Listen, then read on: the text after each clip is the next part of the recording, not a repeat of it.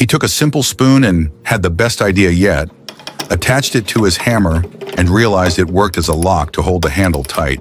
A cheap, clever, and useful idea anyone can try at home.